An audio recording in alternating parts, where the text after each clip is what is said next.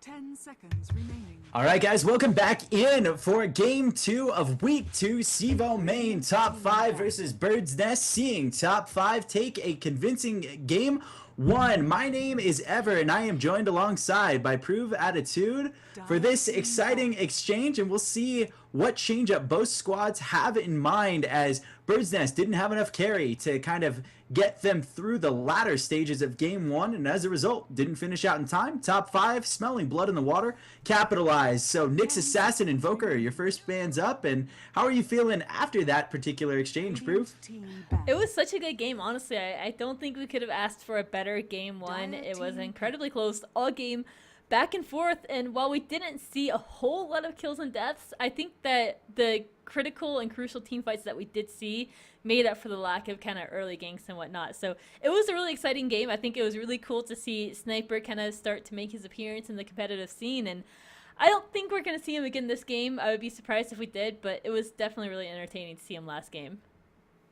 10 seconds remaining. Yeah, definitely. I really think that, Sniper is an element that can be taken into the competitive scene. I think it's hard to figure which lineups he fits into, and I would have to say against very mobile lineups like we saw, Bird's Nest should have been able to capitalize a little bit better, and I think they did a great job of managing him for the first 20, if not 35 maybe minutes into the game. But that is when top 5 kind of dug their heels in and recognized that the later the game went, the better their chances were. It didn't help Bird's Nest case at all that they gave away such a late Roshan inside the actual team fight, and therefore ran into a lot of issues. So Bird's Nest this time around going to be taking the Ancient Apparition, as Bristle is still available in the pool, and there were very few times, I have to say, that we saw Bristle be a huge portion of Bird's Nest team game in the last particular matchup. Don't you agree? Yeah, he definitely made a lot of things happen. I think the biggest part of Bird's Nest... I was saying he didn't. Oh, Sorry. he didn't. Sorry. No, I think he did at the end when Sniper lost the Aegis, but for the most part, I think AA did his job, man. That guy was on it. Bristle or AA? AA. Oh, sorry. I thought we were talking about Bristle. Yeah, totally. AA did his thing, honestly. So I have to disagree if you were saying that he didn't do stuff earlier on. I think I was saying Bristle wasn't as relevant a threat, because I think AA was their efficient hard counter. I have to say, I really strongly feel like I was hoping Bristle with that BKB would make more of an impact, but there's so many times you can look back. He didn't get it off before that shadow combination. As a result, his team lost fights. Like that Roche pit was probably the biggest turning point. He didn't have it, I don't think, in time at that particular engagement. I think he fell off a lot at maybe like 25-30 minutes. In the earlier part, I think he did all right. But after that, I think he just got bursted down so quickly or caught out of position by the Batrider that he didn't really have a chance to stay in the fight long enough. There's just so much damage output from all of top 5 that I don't think he could survive long enough to actually make him a useful hero, because that's what Bristle has to do. He has to survive long enough so that his quills stack up and he has that really good damage every time he fires off those quills. And unfortunately, it just didn't happen for him after 25 or 30 minutes.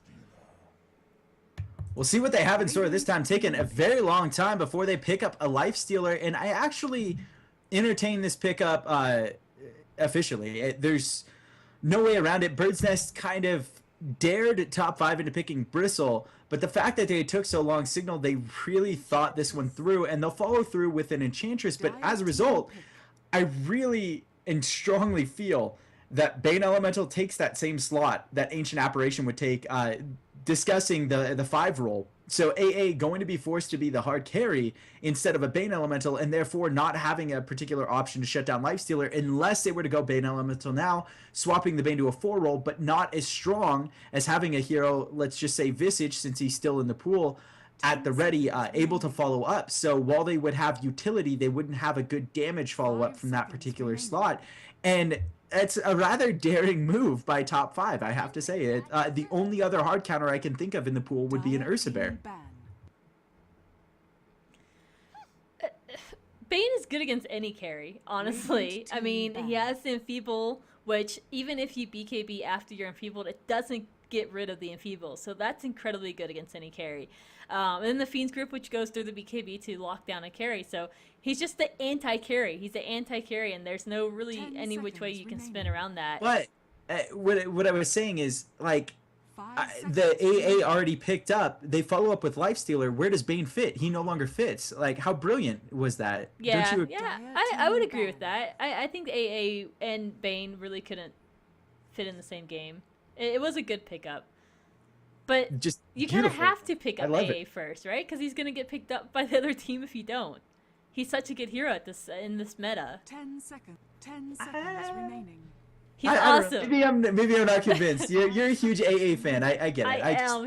He's just so good. He's so much utility. Honestly, he provides so much, and he doesn't ever fall off in the game. You know, you get some supports that can fall off in the game, and AA isn't one of those supports that can ever really fall off in the game. As long as you know how to hit your ultimate, you're good. I still kind of disagree in the sense that I think he can be picked off in a simple fashion. I don't think he provides a lot of health, but I suppose at the same time you could say the same thing about CM. So it's not an unfair point to say. I just like the fact that CM contributes so much in the early game. AA stun is rather unreliable. You really pick him up for that ultimate more than anything, and you're kind of all in. As we're CM, you pick her up for the utility. So utility in the ultimate is a huge gamble, but these teams are all willing to take that gamble, I suppose. So it does make you right in a sense, and I suppose me right in a sense in looking at him as a very powerful hero. But I don't know. I prefer stability and standard drafting more than anything. You saw a team like Alliance who isn't performing so well now. I don't think that's because they've fallen off the wagon as much as they've gotten away from what they're extremely good at, which is playing standard Dota. You pick a carry, you pick your 1 through 5 roles, you just make sure they're acceptable and can't be countered. You ban out heroes such as Lifestealer that you felt at the time were too overpowered, and you stick to your game, and it's very strong to play against standard Dota. At the same time, going up against these, I don't like volatile skill shot ults, and maybe that speaks volumes about where I come from as a caster and even as a player.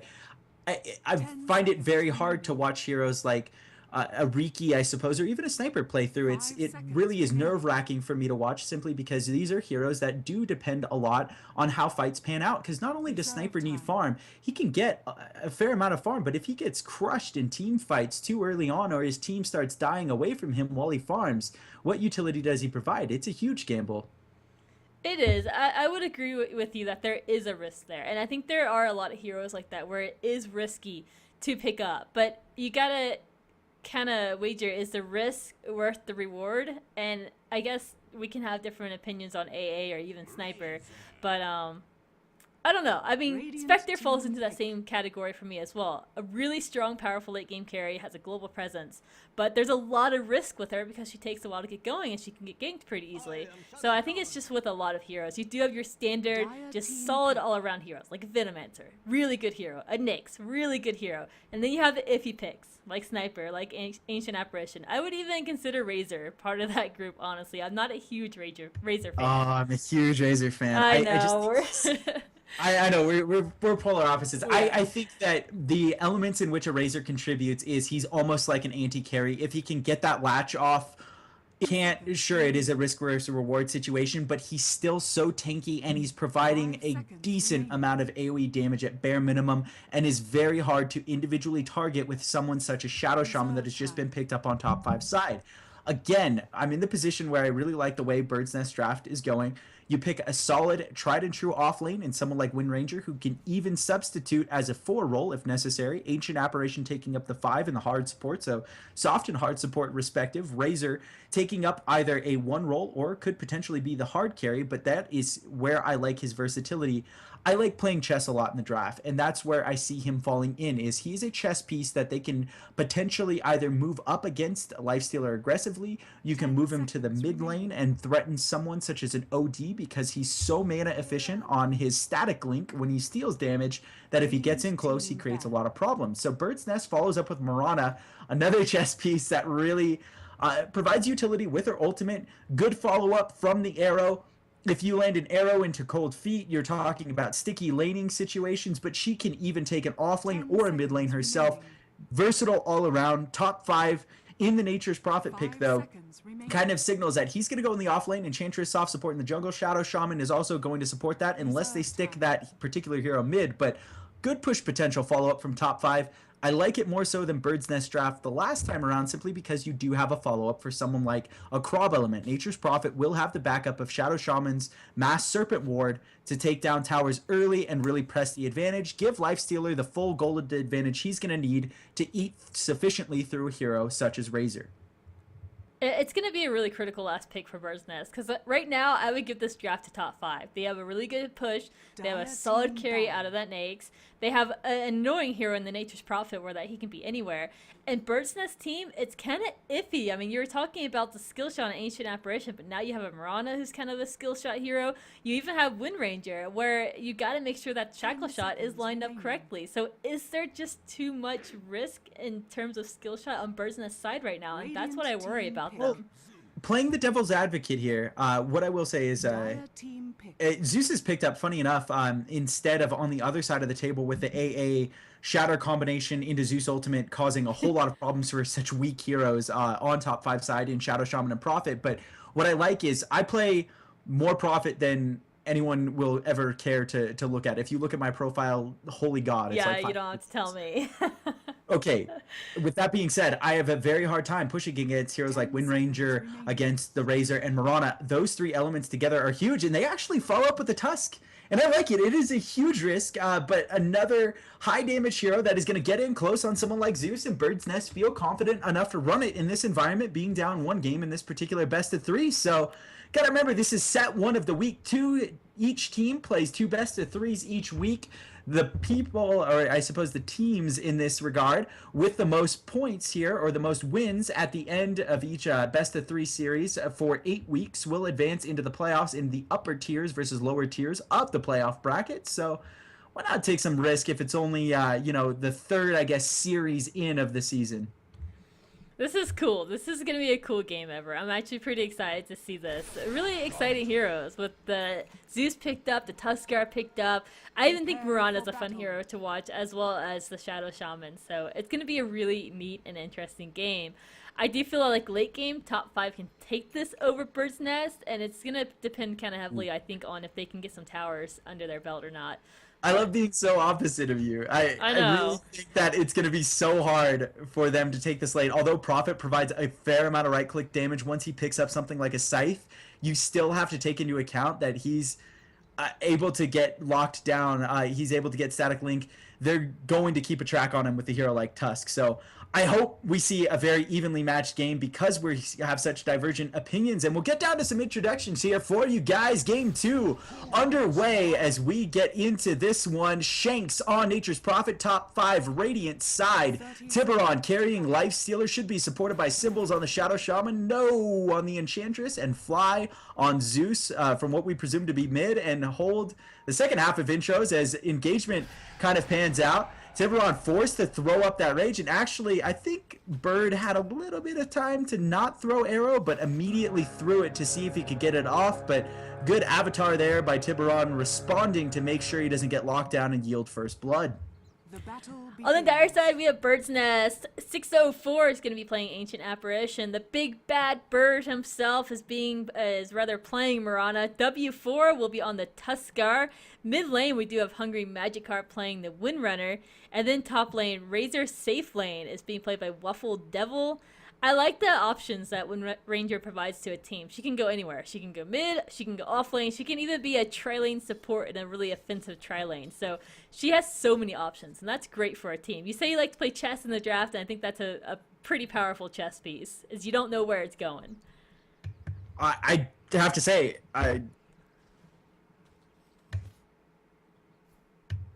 I'm going to lose my mind. Yeah, I'm going to lose my mind on my microphone. I didn't expect the lanes to pan out quite as they did, at least on Bird's Nest side. So they did have some very powerful chess pieces. You have W4 now on Tusk, taking the farm away. Mirana, a rotational piece that actually finds Enchantress right behind. Arrow thrown, misses Fly, and as a result, Enchantress able to get a fair amount of harass, but nothing that is going to get Bird in any sort of death or danger zone type of range. Sorry, I had to go with the Archer comment there. It looks like actually he's in a bit of trouble now. Again, slowed down. Tiburon rotates over and threatens the fact that if he tries to come back in lane through their jungle, that they will respond in force. And even though they have having obs there, he still narrowly walked into that one, unfortunately for him. It's a really interesting trialing for Bird's Nest, and it's gonna rely, I think, on the arrow for landing on somebody, but even if you just go in with an ice shards, you cold feet somebody, and most likely they're not going to be able to get away from the ice shards and around the ice shards before the cold feet activates, and then you can, you know, snowball in, arrow in. But look at this Enchantress, just gets caught up by the ice shards, just like we were saying, and goes down, tries to man up and take down AA, but doesn't do it in time. So First Blood does go over to Bird's Nest. Really, really interesting fight conspiring down here. I have to say, I don't think AA needed to man up like that. I think he was concerned because of the level of lockdown Shadow Shaman had going on Tusk. But had they paid attention to the burst element that was coming out of him, they would have recognized that level 2, he was only able to net one single time, and that was it. They also had Mirana following up. Maybe he shouldn't have traded, but either way, they still managed to get First Blood gold, get some juices, I suppose, flowing, and a much more valuable element, in my opinion, taken down in the 4 roll versus the 5 roll, but still measurable as both carries were present for that particular exchange. So looks like Bird's Nest taking a little bit of early advantage, and both teams trying to get on the board. The lane I'm more interested in is Windrunner trying to stack up against Zeus, as Mirana is smoked up right now. Going to see if she can land a second attempt at an arrow. Missed the first one on the range creep as Fly kind of saw it coming, and is going to position in the high ground, pings it out, seeing if she can line it up. Moves up on top of the hill now. Smoke still not popped, and Fly fairly savvy, and the arrow does connect. Magikarp looking to follow it up. The creep has just arrived, but the bottle is empty. Jumps down off of the hill. Magikarp going to take the tower with that wind run. Managed to strike Blood. Prophet not wanting to let this one lie just yet. Maybe should have followed that one up, but actually thwarts the aggression, cancels the port, and Enchantress not quite able to pick up Magikarp. So 1-0 exchange right there for Bird's Nest on a good smoke rotation from Mirana, as where she was not able to accomplish it earlier. Really, really awesome rotation. That was well played out of Big Bad Bird. I mean, landed the arrow just fine. I'm actually kind of surprised he didn't leap over the cliff, but he did save it, and they did still secure it. Just barely, though. I thought it was going to be really close, so I am surprised they actually managed to get it. But Big Bad Bird isn't done. He's regening his mana, coming back to the bottom lane. Gets it canceled, actually, on that clarity, unfortunately for him. But he is down here now, so maybe they can make things happen. They do have one level in each of Tuskar's skills, so that provides them a lot of opportunities on top of that. So bottom lane is going to have to be safe. You do just have the Nakes down here with the Shadow Shaman. Chin's trying to jungle up, get a few levels under her belt, and that's going to help them out quite a bit. Nakes is going to pick up this Invis, and we'll see if he can do anything with it. Last hits in favor of Bird's Nest so far. We'll see exactly, like you said, what happens. I think without the ganks, Hungary has a really tough time in this lane. Fly already trying to respond to what happened to him on that gank. Level 3 Lightning Bolt deals so much to a Windrunner, and Windrunner cannot do absolutely anything to avoid it. There's a Lightning Bolt again. Follows up with the chain. Wand charge right there to try and at least take him down and regen back up. Again, another chain to follow it up, and Arc Lightning not able to finish off the job. Meanwhile, bottom lane, AA and Mirana kind of caught out of position, but more out of position is now W4. W4 is in trouble. They're going to have to fight this. Cold Feet up on Shadow Shaman. Shadow Shaman trying to run away, doesn't escape it. Carry is still down. They're missing a lot of damage. Prophet TP's in, looks for a kill on AA. Tusk trying to micro that frost symbol to keep the AA alive. Can they do it? Tiburon reaching across like a madman. This is going to be a triple kill situation, and now Bird's Nest in such an immense amount of trouble. Just this tri-lane going up in flames in the matter of a moment, but man, the reach on Lifestealer was just unreal. It was like, I mean, that was about the unit range, right? What is that, like 200 units easy? He just reached out for that last hit. Sure. It's a little exaggerated, but it was a pretty That was far not range. exaggerated on my That screen. was a That is little exactly exaggerated. what It was like, I saw. it No was way. like that. Maybe. Not what I saw. All right, maybe I saw a delayed version, but I seriously It was saw. far still. Yeah, no, it was- was. Yeah. It was He was pretty not bad. even in animation range. I didn't think he was gonna get it, so that was really good. I don't know. There's too many X factors, I think, in this tri-lane for Bird's Nest. You have to have all the stars align, honestly, I think, is what it comes down to. And I think when you have just solid damage output from Lifestealer on top of the Feast and the Rage, and the open wounds. There's just too much there. Arrow goes out, rightfully so dodged by Tiburon, but lines himself up for a shackle shot instead. Unfortunate for him, he should just go down here, but barely pops the wand just in time, and he does survive through. Another power shot's going to come on through. Dodges another one. Tiburon playing out of his mind, and in the backfield, Enchantress manages to pick off Marana while Tiburon is just playing out of his mind with these jukes.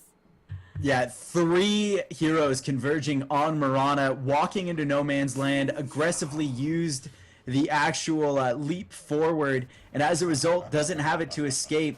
Really aggressive posture from Bird's Nest, and this is what we're used to seeing from them even in the past. Very aggressive team, tries to assert control of a game early. Arrow flies out, looks to connect to Shadow Shaman, narrowly misses, so Rasta able to kind of get away from that one in specific. Lifestealer, although he doesn't have a lot of farm, Tiburon is just being such an immense asset to his team. Last hit count for him reads 13-1, but being involved of as many kills as he has early on, he's 1-0-2, so 3 kills just 7 minutes in. Bird's Nest, as a result, will need to shake things up and start rotating over lanes, but this will create problems, and quick. Nature's Prophet grabbing phase boots started out with Ring of the Basilisk, and therefore he's going to look for some of these ganking opportunities that have kind of been rapidly evolving. I don't know how I kind of feel about Tusk sitting in this lane alone. He's not going to get almost anything out of it. This is not even similar to like a bounty hunter sitting here, you know? Yeah, and Tusk, he doesn't do that well with farm either. He's not like a huge carry element, you know? He's more of just like a roamer and utility. So even if he can get farm, it's not great, but he's not even getting farm either. He's just kind of sitting here for the experience, and he can't even stop a push. That's how ineffective he is at stopping pushes. He can't even stand to be around the area at all. So it's rough, and I feel like Bird's Nest as a whole might not even be able to stop these pushes too well either. I mean, yeah, you have the power shot that can burn down waves, Starfall can, Razor's Plasma Field can, so there are options, but I don't know if they're good enough, and we're going to see a tier 2 even push down here. That wild card out of the Nature's Prophet can just come in here whenever he wants with his global presence and just be there to push a lane down or be there for an extra right-click damage for any gank. Yeah, really, I think this is going to be the testament to top 5 either succeeding with this lineup or not. If they let them take too many early towers, the farm is going to be hard to swallow, but it's not so much about the farm that these teams use the advantage for. You see a lot of teams fail when they take down early lanes like this under 10 minutes simply because they're not able to follow through. Top 5 is not one such team. When you get to this caliber of play, gold advantage becomes map control. When you have this many towers down, there's just no way for the opposing team to respond. I strongly feel like top 5 should have shown force there and responded because you have Razor sitting at level 8. I understand Marana and AA are level 4, but I still think it's enough to make things happen with their 2 stuns alone and a Razor on top. They disagree. They try to go for the top tower, overreach, and are not able to get it done. 3 versus 1 with Shanks now moving into top lane, seeing what he can defend. Hungry back, still trying to grab some advantage out of the mid lane, but the longer he stays there and doesn't become some sort of carry element, the more I'm going to kind of worry about the position that Bird's Nest is sitting in, simply because he's not going to make great use of the farm. If he can get involved on towers, yeah, of course, but this isn't the case so far. TP's in, Bad Bird forced to leap away, and now Rasta has an Aex bomb loaded inside. Ents follow up, seeing if they can create for something. If they can get any sort of sheep off, it's good news for them, but instead, the mixture combination of Rasta able to get a bolt away, so Shadow Shaman sniping out a kill, thanks to Zeus setting it all up. AA goes down. Is this like version 2? Oh, and Marana. Jesus, yeah. Is this like version 2 of You Can't Run from Heaven? Because the global ultimate just completely decimated Bird's Nest team. That was insane. You had the Nature's Wrath, and then you had the God's Wrath. There is no way out of that. More than half of their HP was gone, and they were running away. There weren't even really any heroes nearby. It was just the way out of that was to be confident they could take that tower, and they weren't. Yeah. And they paid. That was a huge overextension. And the tower was denied too. God, that's rough. Now losing another tower. This is This is bad. This might be over quick. Like I said, as long as top 5, you have confidence in the experience of a team that can really utilize map advantage to their extent. I don't imagine them letting up on Bird's Nest. They certainly let their guard down in game 1, but man, game 2 they came out and they are rolling thus far. Just 11 minutes in, looking at the experience advantage, 4K in their favor, gold advantage actually reading pretty much exactly the same. Sorry, gold advantage 4K, experience reading about 2K, spiked down a little bit. Subjective because a lot of creeps are dying pretty early on and we're just 11 minutes in, so experience not mattering, but 4K just 11 minutes in, that's a gigantic divide. Thanks mostly to 3 towers, but still you have to wonder where Bird's Nest position is going to sit in this game. They're going to have to make something happen within the next 5 minutes here, whether it be a good defense on top of like a tier 1 mid. It's really up to them. They're going to force top 5 to be much more aggressive. It's how they defend coming up here shortly. They have the stun elements. Can they have the follow through? Yeah, as long as top 5 keeps the aggression up, I think they're going to be fine. And Shadow Shaman did just hit that level 6, so the push is just beginning. Those 3 towers that they've taken down already was the very beginning. There's going to be more to come. Rasta might just get caught out here, throws up the wards in defense, but will get taken out. Oh, pops the one just in time and lives to see another day. Takes down Tusk, Razor, and Windrunner in the process. What a man. Fly in the backfield manages to finish off Fly as well. Oh, just to put the nail in the coffin ever. This is really bad for Bird's Nest.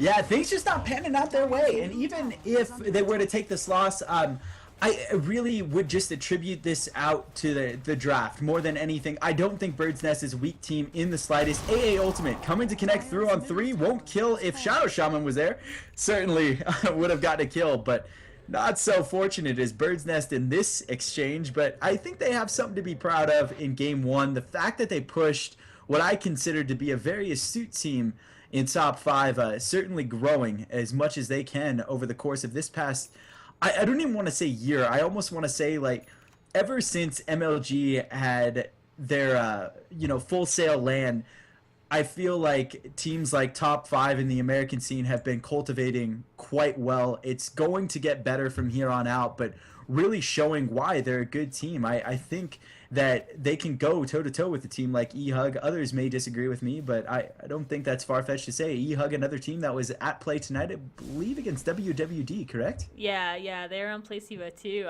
I'm not sure how the games went, but I assume it was going to be a really good matchup, and I think there's going to be, honestly, a lot of really good CEVO matches this game, or this season, rather.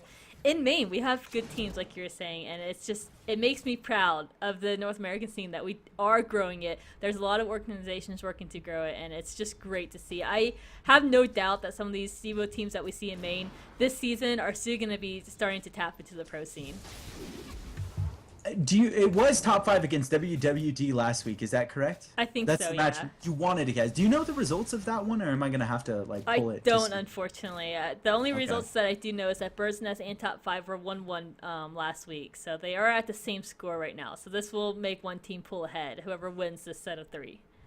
Okay, good. No, it's definitely good information to know. Smoke up from Bird's Nest. They're going to see how they can get back into this game. Shanks could potentially get picked off. They walk over an OBS, but are still smoked, as I said. They will kill this, so good job for them for finding Shanks. They would have to make some huge mistakes to not let this one happen. AA ult spent to make sure they secure that kill. Fly on the rotation.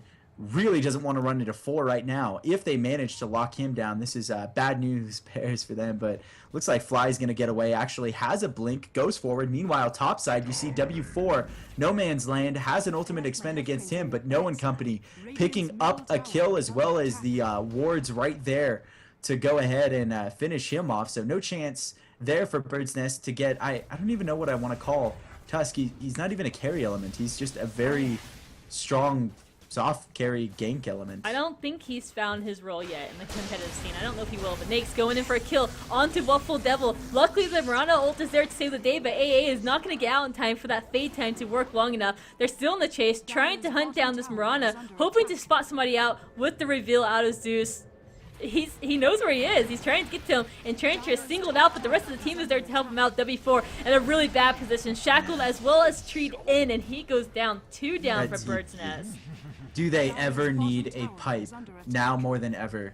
and the only hero viable to get it is going to be AA, and with the amount of support items he's buying, I just don't see it happening. It would have been Windrunner, in my opinion, otherwise, who has just finished up 4 staff, and I was going to comment that she was going towards that prior to that engagement. Good that she didn't die, but still. Now they're in a position, they have 1 tier 2 left, just 16 minutes in. Magikarp trying to make something happen. Fly, locked down. Tiburon there to follow up. Magikarp, a lot of trouble. Windrunner gonna go down. Big Bad Bird trying to make something happen. Tiburon, the infest damage is gonna be enough. They managed to get Shadow Shaman. As a result, Razor stealing a lot of damage from the Lifestealer. Lifestealer still has armlet toggles. No, trying to heal his squad up and regroup, and it doesn't look like they have anything to follow it up. As a result, Mirana buyback instantly trying to get back in. W4 following up on 2. Tiburon right there in the forefront, gets punched, doesn't take a whole lot of damage, is able to just kind of shrug that off and get away. Trying to defend his team, he's probably demanding that they get back, and they're just not doing it now. He's slotted to re-engage, does have enough, I believe, to throw up a rotation, but all he can do is open wounds there. Again, ultimate's coming off cooldown, making a huge difference. Shanks rejoins the fight. AA now in trouble. I don't think he realizes it yet.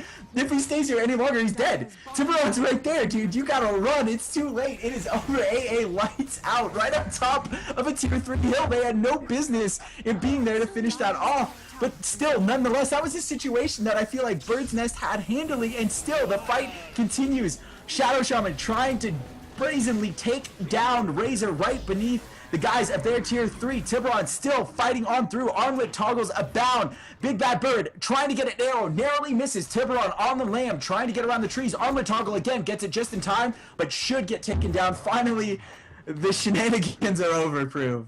Wow. Top 5 just picking off kill after kill after kill. Throwing caution to the wind. Not caring about trades, though.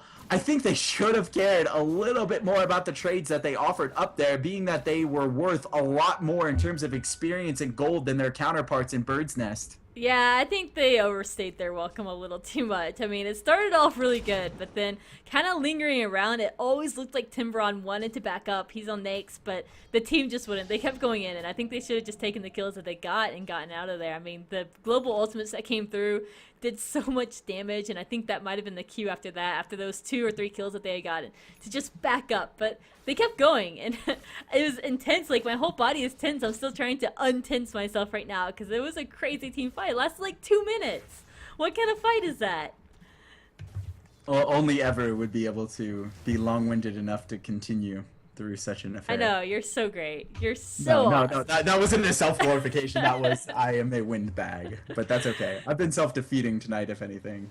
No, it's smoke up right now. I guess assured smoke up right now in Moonlight Shadow. Gonna see if they can find, again, a Nature's Prophet. It looks like they're on the path to, but they will run Tiburon. He's loaded up. They're not gonna know that. They might see it under the tower. They could potentially set up with the stun from the Mirana. Now in a lot of trouble. Oh, man. If Lifestealer pops out, it's lights out. He tries to port away. Shank's still there. Lifestealer finally pops out in exchange for the Prophet, but now it's going to be 2 down for Bird's Nest if they aren't careful. That symbol providing a lot of utility, and AA able to narrowly escape. Tiburon actually in a lot of trouble. W4 can just delay for maybe enough seconds, like 10 more for his actual ultimate. He would have lived, but he re-engaged a bit overzealous, thinking he might have had Tiburon dead to rights with that symbol of frozen sigil, right on top of him. But all the meanwhile, his team garnering advantage, top lane, top 5, able to take down the final tier 2 in their way, leading this game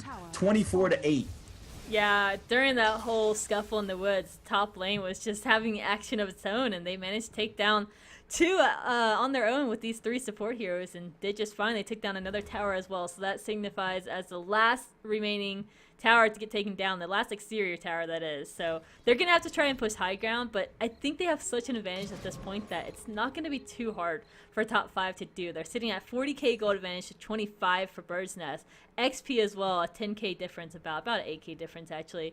So I think they have all means to continue with this push and continue to be over aggressive. We'll see how the ults continue to play out. I don't think the Zeus Prophet combo is going to be as effective as the game kind of drags out and items are attained on this team. Shanks in a lot of trouble yet again. That arrow right by him again. Can they stop the port? And they... that was stressful. Fly able to kind of join in the fight, takes Mirana down after. Big Bad Bird just not getting the better of these exchanges. Fly has a dagger. blink forward. Yeah, I think he's got another kill here. Easily so. Windrunner trying to make sure that doesn't happen. AA ultimate into a punch. Is it enough? Yes, it is. 960 for Hungry Magikarp. He just pocketed. That is a huge turn. Fly greedily following up that kill, and now we might just be seeing a game just as, crazy as the last one, in where Bird's Nest was on top for the first 20 minutes of a game, and finally they gave the advantage to top 5, but top 5 is playing extremely careless in the past 5 minutes or so now. Yeah, they've got to tighten it up a little bit, honestly. It's getting a little out of control. They can't give it away. Those killing sprees are quite a bit of money for Bird's Nest. Tiburon spotted out here. I don't think there's going to be enough heroes around to actually capitalize on him being out alone. So they do back up. Magikarp getting out of dodge, going back to base, healing up. He was quite out of mana. Looking to pick up a Desolator here pretty shortly. Already has the Force Staff as well. So despite, Bird's Nest being down, I think Wind Ranger has definitely done her job. Top lane, though, Enchantress getting chased down. They're hesitant, though. They're scared to actually go in on this. They're not sure if they can survive through all the ultimates. Do it. Just do it, guys. Shanks, now, Nags bomb loaded up. AA in a lot of trouble, gets eaten instantly. Hungry, trying to back it up, able to dig his way out of the trees in the counter initiation. Abound, Prophet going to go down as a result. Big Bad Bird in the background, trying to exchange blows with an Enchantress who is just man-fighting him, and he falls down to about 200 HP with Lifestealer still in the forefront. Necro Creep causing some problems. W4 punches a Tiburon that is raged up, so not a lot of damage or anything but CC coming out of that. Shadow Shaman trying to follow up, moves into position, has wards to challenge this, and that's probably going to be the best they can do to continue this fight. 1 for 1, Big Bad Bird goes down in exchange for Nature's Prophet on Shanks, and after the AA ult, do they want to contest this? They're chasing down this Frozen Sigil way too heavily. I just don't think it's worth it, but okay, 120 gold rewarded to Fly. Fly playing a risky game, and I mean, should they have warded the Hilltop? I feel like they had every right to. W4 was back for regen, and I think he had a lot of cooldown. I don't know. It was a little risky. I think they would have had some time, but if you throw the wards up and then it doesn't work out, you're also giving that ward money to Bird's Nest. So I think it might have been a little too risky for them. They are already in the lead. Even the gold graphs are still in their favor by quite a bit. And the XP graphs. So I still think they're okay, and they're in such a prime position that they shouldn't squander it by some miscalculations, like if they were to push. And going for a Roshan instead with those wards, I think is a much better option. We're going to see Bird's Nest come in to try and contest it. Arrow goes out, but does barely connect with Shanks. ult is going to go out as well. Hits onto one, just the Nature's Prophet. They back up from the roast. The wards are not going to be a factor in this fight, and that might just hurt top 5. The ult from Miranda comes down. This is going to be a great initiation from them. Bird's Nest goes in with the snowball. They're going to try and take out Tiburon. They managed to do so quickly. The focus fire out of Magikarp is doing some damage, but 2 go down. Lifestealer and Ancient Apparition, one on each side. Fly connected with a shackle shot to the tree. Shanks is about to fall. Trees himself in to try and save himself. Ultimate comes out from Zeus to deal some damage, but there's no follow through. Unfortunately, the ult came too late. It was probably on cooldown, but the fight still goes on. A really nice zap out of the Shadow Shaman to take out Mirana. 3 for 4, but still, man, Tib down. Razor is proving that you can just go support items and still deal damage as long as you can get enough damage out of Static Link. Yeah, this is not even over. Big Bad Bird goes down again, dying after buyback. AA ult as a result of that leap will not connect, and they're still kind of pinging this one through saying get back, but they have the vision to know that something is coming. I don't think it would be justifiable for them to engage with just Razor and AA, especially with the ultimate whiffing, but I don't think it's... No, they definitely saw that AA ultimate whiff, so I think it's okay for them to be there. But now they're at least considering caution as where they weren't before. But man, that team, that Windrunner, insane. Magikarp just blitzing down Tiburon and not able to do anything, even though he was avatared up. The fact that Tusk kind of took him away kind of proved the reason why they picked up Tusk. But even still, they're having such a hard time in these team fights that Mirana needs to be more of a factor, I think, if they want to convincingly take them, because every time what seems to be happening is it's either the global ults or the follow-through of the 4 and 5 rolls on top 5 that are just taking her down every single time. I think this Aegis is going to be what top 5 really needed to just push on through. I don't. This is gonna be a really hard fight for Bird's Nest, but they're gonna go in on the Enchantress. Might be able to pick her off before this fighting starts off. They do manage to do so. Power shot securing the kill. Tiburon sneaking around the woods, looking to go in, but the rest of his team is not there, so he really should not engage. He's all by himself, and if he gets caught out here, this is gonna be bad. Aegis will provide time for this team to get there, but he's just gonna try and man up. I think this is what he has to do. He has to start fighting, trying to do some damage. He pops the Aegis. The team is nearby. Ultimate goes out from the Zeus as well as the Nature's Prophet. Nature's Prophet actually has 6 seconds left on the ultimate. They need that to come on through, but it's not quite out. Shadow Shaman goes down, gets the wards up in time, but they have to fight within it. Fly up in the air, trying to deal some damage. The Aftershock, Static Field doing some damage to these heroes though. Fly might just go down in the process. Mirana is out for blood, trying to land an arrow, blinks to dodge it, gets on the side of Mirana. Still in the backfield, they're trying to deal with this Razor and can't manage to pick him off in time. So Fly and Bird still duking it out. They want to pick each other off, but luckily for Fly, he's got mana. Big Bad Bird does not. Bird might just be in trouble, waiting for Leap to come back in another 5 seconds. Ult hits, connects, and kills Fly, but he does manage to take down Bird in the process. All men die eventually. That was a fight of men, if I've ever seen one. Just the fact that they sat there and were willing to trade out auto attack so late. Bird sacrificing the body for that kill. I think it was a mistake for Bird's Nest to go ahead and actually reinitiate that one, but man, did they ever make use of it. It cannot be understated or even overstated enough, the fact that they got on top of that secret shop hill with that Windrunner and were still able to manage to try and take that fight. As a result, they still pick off someone like Shadow Shaman. Zeus goes down in the very end as an exchange.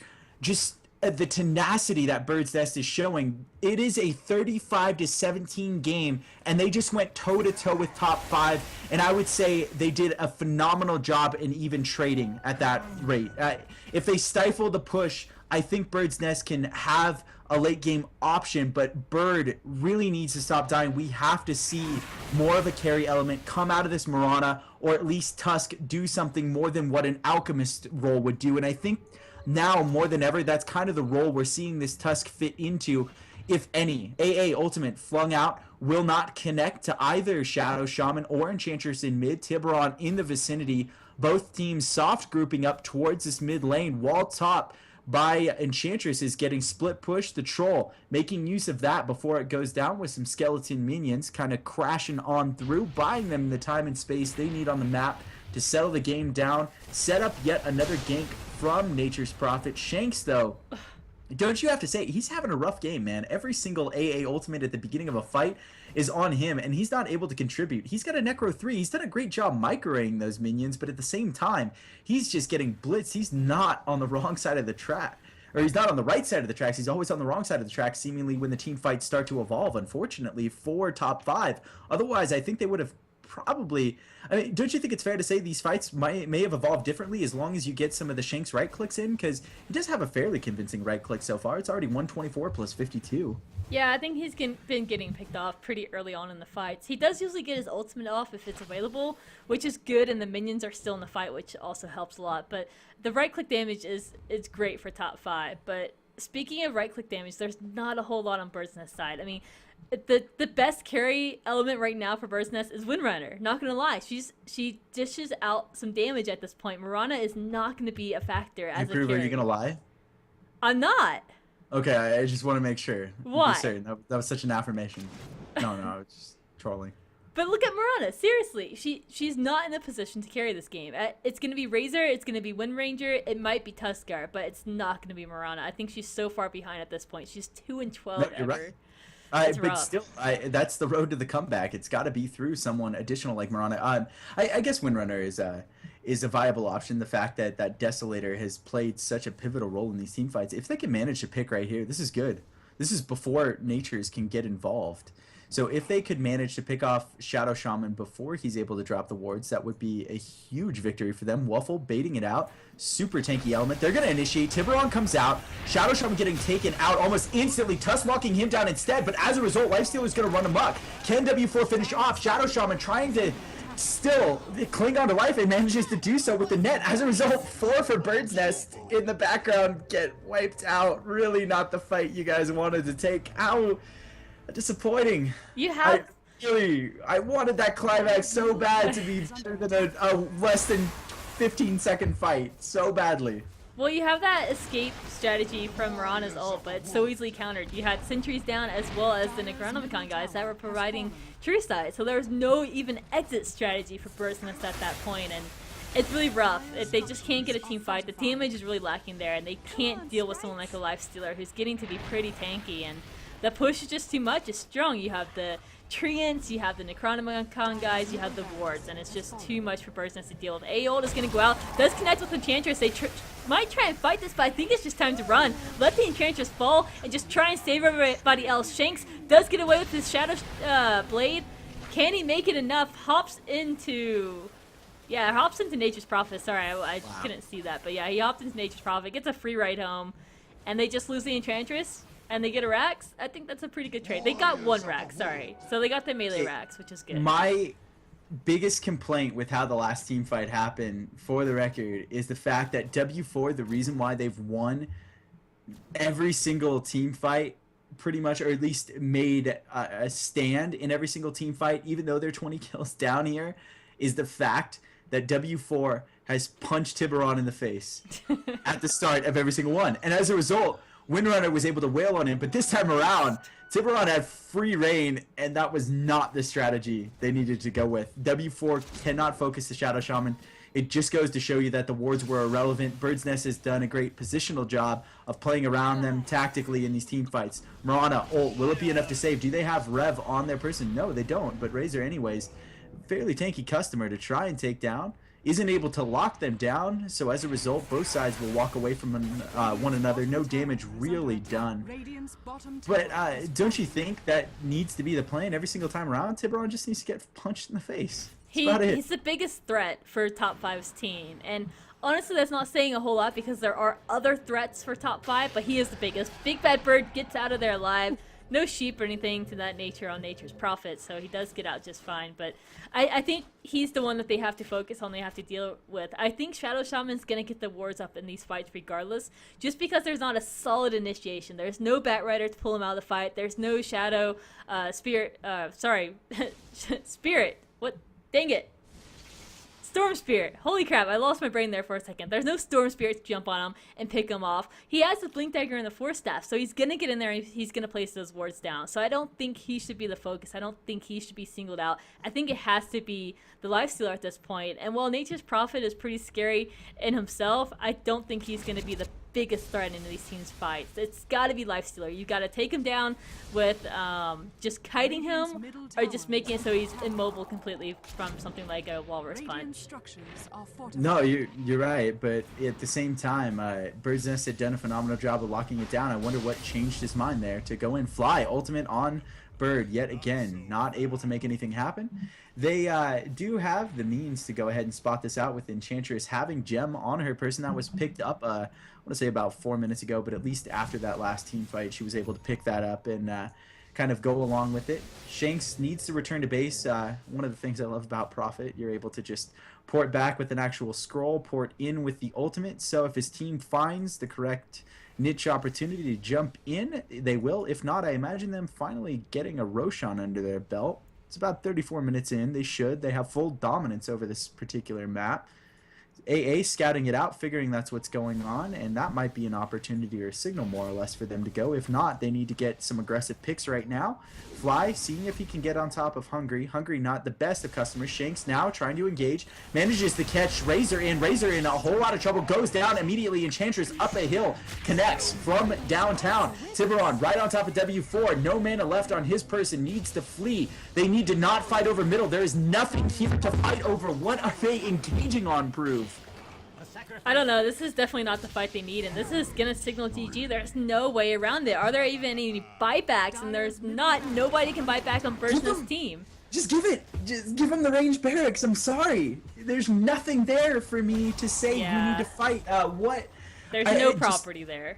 Exactly. So sadly, two mistakes back to back here for Bird's Nest when they had such a promising opportunity for comeback. They had the right strategy in getting the Naix under control. Now Lifestealer spiraling out of control. All 5 down for Bird's Nest. This looks to be GG. And You know what? That's all right. Even if it is 2-0 and it will be, GG has been called. Bird's Nest at least take this one in stride as a learning opportunity early on into week 2, falling 2-0 to top 5. I don't think we could ask for 2 better games. I mean, you had such a crucial first game where it was back and forth, and then top 5, they get that first game under their belt, and they're looking to get the second game, and they do manage to do so. But Bird's Nest, they started off so strong in the first game. Unfortunately, it just fell off, and they couldn't really pull it back this game. But I got to give commends to them because they did play incredibly well. And honestly, I just feel like it was this draft. I feel like top 5's drafts was just more superior to Bird's Nest. There was so much that could go wrong for Bird's Nest side. There's just too many skill shots, in my opinion. I have to say, Shanks seemingly a better chess player so far over Hungry. Able to lock this one down for his team. It does come down to the little things that happened in game. While I think Tusk was a risk, W4 did afford his team an opportunity to kind of come back in the game. The tri-lane collapsed under the weight of one single exchange, and sometimes that's just the way Dota goes, but exciting nonetheless. I as well cannot be more grateful for the 2 games we've seen this evening. Top 5, take it 2-0, guys. CEVO Week 2, Series number 1. We'll see the second series occur on Wednesday, where we will be back in action at 8 Central Time. That is 6 Pacific, to go ahead and catch Prove and myself casting another game. I think we'll be on Play CEVO2 then. And if you want to announce the match, I think now is the time. I don't know if you've thought that one through. I haven't. I forgot who we're casting. You kind of put me on the spot here. That's all right. Do you have someone in mind? I do. I already have the match planned out and everything. I'm just kind of bringing up my calendar. I'm trying to remember who I decided on. It was. That's all right. Well, in the meantime, for I'll those tell of you guys in chat. For those of you guys interested, I believe CEVO is still open for open registration until the 6th. Correct me if I'm wrong, but I believe that's the size of it. It could have ended just yesterday, and it could be incorrect, but that's all right. I'm all right with being incorrect. However, open is open to all teams when open, and that will allow you guys the opportunity to advance to such a division with performance merits, to a division like this in Maine, where we have some fairly top-notch American teams with the scene rapidly growing. $5,000 on the line this particular season in order to rejuvenate the community. I couldn't be more proud yet again, I will say, to be a part of this. You can follow us at CEVO for CEVO's main Twitter feed, CEVO.com for the website URL. Myself, you can find me ever at EverX, Prove at ProveDota, and I'll let her take it on out and see if she has the additional match. But it's been a great night, guys, and we'll catch you on Wednesday. Yeah, thanks a lot for joining us, guys. I'll try and make this real quick, but please drop a follow if you enjoyed our casting and enjoy what CEVO has to offer the amateur scene and the viewers that are watching the amateur scene. I hope you guys enjoy it. The follows will allow you to know when we're going live, and it makes us feel really good when you follow us. Not gonna lie, it's a really good feeling. It makes us feel awesome. So thanks for joining us tonight. The game on Wednesday is going to be Wild Witch Doctors up against the Reluctant Heroes. So not too familiar with both teams, but I've heard really good things about Wild Witch Doctors. And the Reluctant Heroes seem to be doing pretty good in CEVO so far. So have a great night, guys. We'll see you on Wednesday. Drop a follow if you enjoyed us. Drop a follow on our Twitters as well. That would be awesome. You guys have been great tonight. Great chatting with you and kind of brainstorming everything in the Twitch chat. You guys were a really great viewing party. So see you on Wednesday. Have a great night.